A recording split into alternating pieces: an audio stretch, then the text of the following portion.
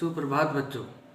आज हम कक्षा 8 के लिए हिंदी की पाठ्य पुस्तक वसंत भाग 3 के पाठ 6 के प्रश्नोत्तर के बारे में बात करने जा रहे हैं। इस पाठ को हम हमारे पूर्व वाले वीडियो में पढ़ चुके हैं। अगर आपने इस पाठ को पढ़ा नहीं है तो उसे पढ़ने के लिए हमारे चैनल को सब्सक्राइब करके प्लेलिस्ट में कक्षा 8 में जाकर के इस पाठ को पढ़ सकते हैं, उसका अध्ययन कर सकते हैं। आइए अब हम इस पाठ के प्रश्नोत्तरों के बारे में बात करते हैं। भगवान के डाकिए। पाठ्य पुस्तक में जो पीछे पाठ समाप्त होने के बाद जो प्रश्न दिए गए हैं उनका हम हल कर रहे हैं।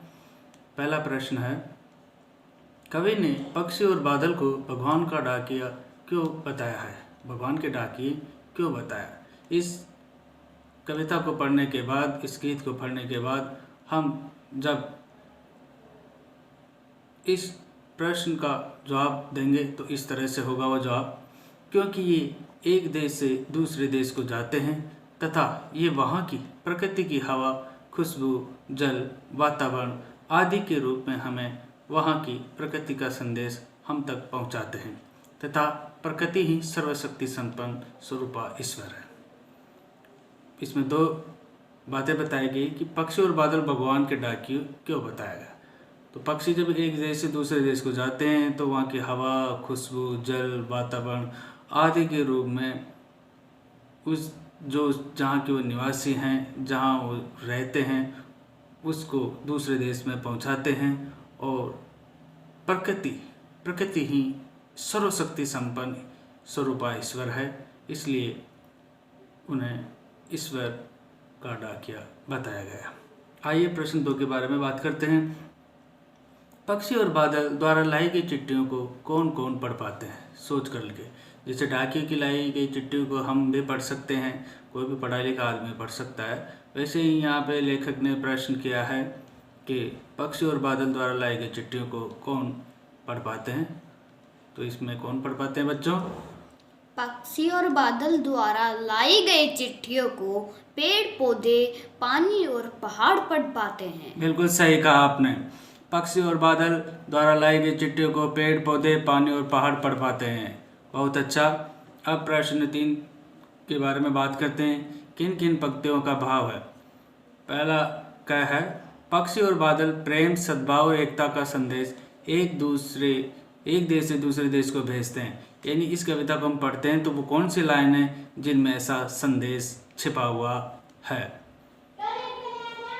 हम तो समझ नहीं पाते हैं, मगर उनकी लाई चिट्ठियाँ पेड़ पौधे, पानी और पहाड़ बांधते हैं। वेरी गुड, बहुत अति सुंदर। हम तो समझ नहीं पाते मगर उनकी लाई चिट्ठियाँ पेड़ पौधे और पानी पहाड़ बांधते हैं। ये ऐसी पंक्तियाँ हैं जो इस कविता में इस प्रश्न का जो भाव है वो बता रही है।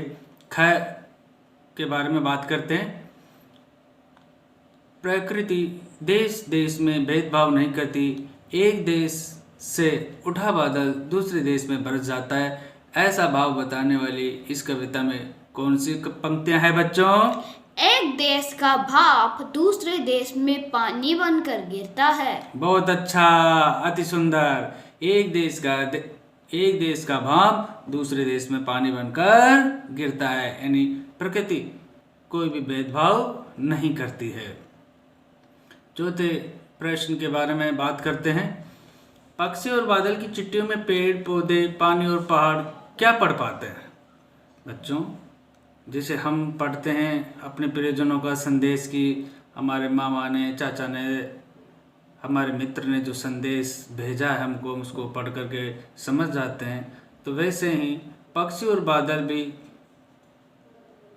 और बादल की चिट्ठियों में पेड़ पौधे, पानी और पहाड़ क्या पढ़ते होंगे बच्चों? वहाँ की प्रकृति के खुशबू, जलवायु आदि को महसूस करते हैं। Very good.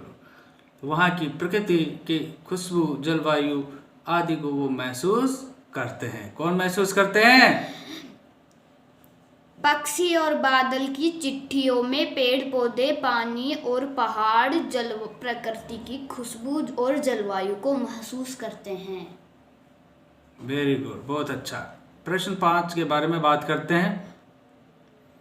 एक देश की धरती दूसरे देश को सुगंध भेजती है। इस कथन, ये जो लाइन है, पंक्ति है कि एक देश की धरती दूसरे देश को सुगंध भेजती है, इस कथन का भाव स्पष्ट कीजिए कि इस कथन के द्वारा कवि क्या कहना चाहता है या प्रश्न बनाने वाला लेखक क्या कहना चाहता है। क्या कहना चाहता है बच्चों? इस कथन का भाव यह है कि एक देश की धरती दूसरे देश को प्रेम, सद्भाव व भाईचारे का संदेश सुगंध के रूप में भेजती है। अति सुंदर, बहुत अच्छा कहा आपने कि इस कथन का भाव यह है, एक देश की धरती दूसरे देश को प्रेम, सद्भाव, भाईचारे का संदेश सुगंध के रूप में भेजती है। तो बच्चों, इस तरह से आप सब अपनी नोटबुक अर्थात अभ्यास पुस्तिका में इस पाठ के प्रश्नोत्तर कर लेंगे, जिसका नाम है भगवान के डाकिए। बहुत ही अच्छा पाठ रहा है और बहुत कुछ इस पाठ से हमको सीखने को मिला है। आगे का पाठ हम अपने अगले वाले वीडियो में पढ़ेंगे। तब तक के लिए धन्यवाद।